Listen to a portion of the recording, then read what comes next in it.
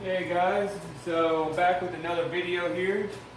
I'm not really going to be in the screen much. I'm going to put, let me move this over here a little bit so you guys can see better. So what we got here today is we're going to build 100 gallons of acid for pickling. So we have this Easy Flow stock salt here from the farm store. And then we also have down here, we have 6.5 pounds of citric acid that will be added as well. So let me just get this adjusted here so you guys can see, have a little better view of what's going on. Try and get it in there. All right, there we go. Okay, so what I got going on is I got this IBC tank. I have it about probably 25 gallons or so short of what I need. So there's a reason for it, and I'll show you in a little bit. But what we're going to do, we're going to go ahead and open up. So we need 1 pound of salt per gallon of water when we're making pickle, and that's approximate. We'll test it with our salometer here in a little bit.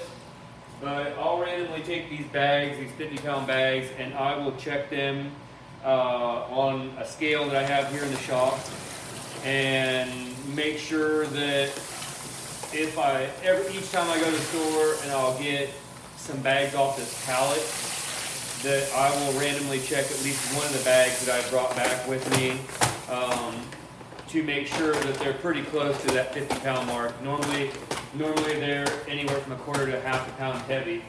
So just take that into a little bit of consideration. Like I said, we'll check it with the tool here in a little bit. So, but for the most part, 2 bags, 2 50-pound bags of salt. So we have 100 gallons of water, so 100 pounds of salt. Put that in there.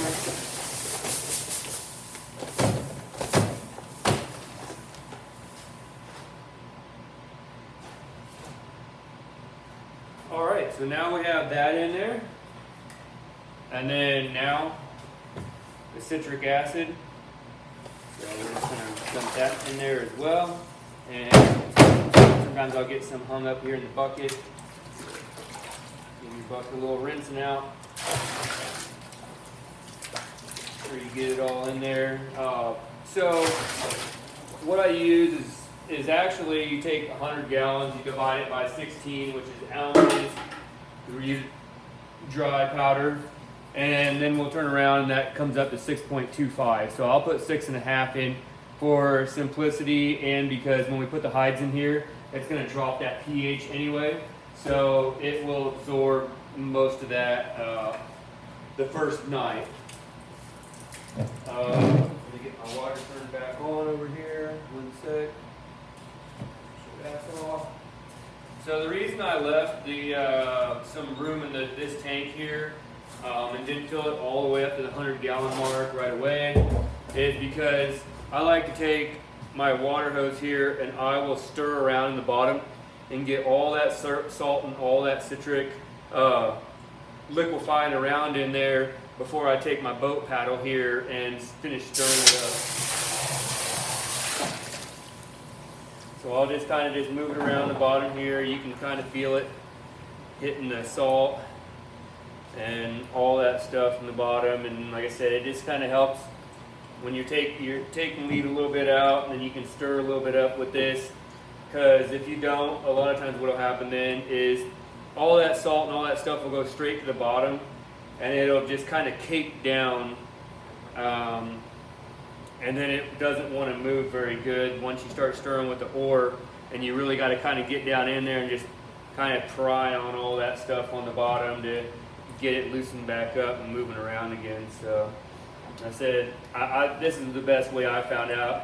One of these days I'd like to try taking like a trolling motor and putting it on the side of my tank and turning it on, seeing if I can stir this thing up a little easier. I've thought about before too, getting like a drill like you stir drywall mud with and things like that with a big paddle on and things, but I'm not sure. I said it's just kind of all different thoughts and things, and I don't know. I'd like to try to find an easier way, but so far this is as good as it gets. So I got my 100-gallon mark. These tubs normally come with a 100-gallon mark on them. So I can see right there, I'm coming up to my mark on there, and it looks pretty good. So that's normally how I build these tanks for tan and hide. So 6.5 pounds of my acid, and we'll have 100 pounds of salt and 100 gallons of water. So we'll just make sure we stir stuff up.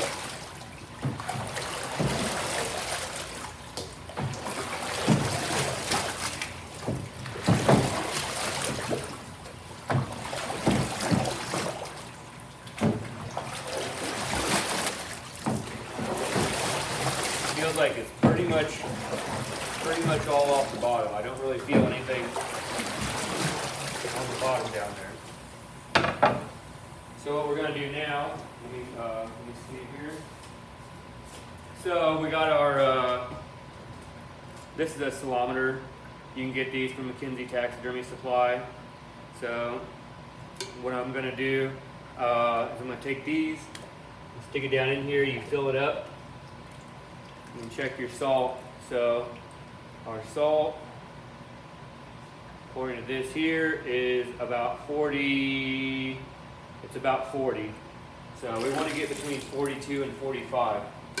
So I'm going to go ahead and stir it up a little bit more just to make sure that all the salt is up off the bottom, because it should be pretty close, and that's pretty close, but just to make sure we got all the salt off the bottom before we go adding more.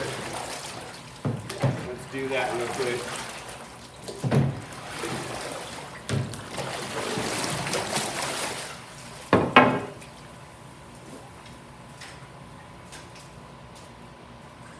Alright, let's check that again. And voila, we got it. It's 43. So anyway, there we go. We got that. Now we're going to check our pH. Let me grab a pH strip here.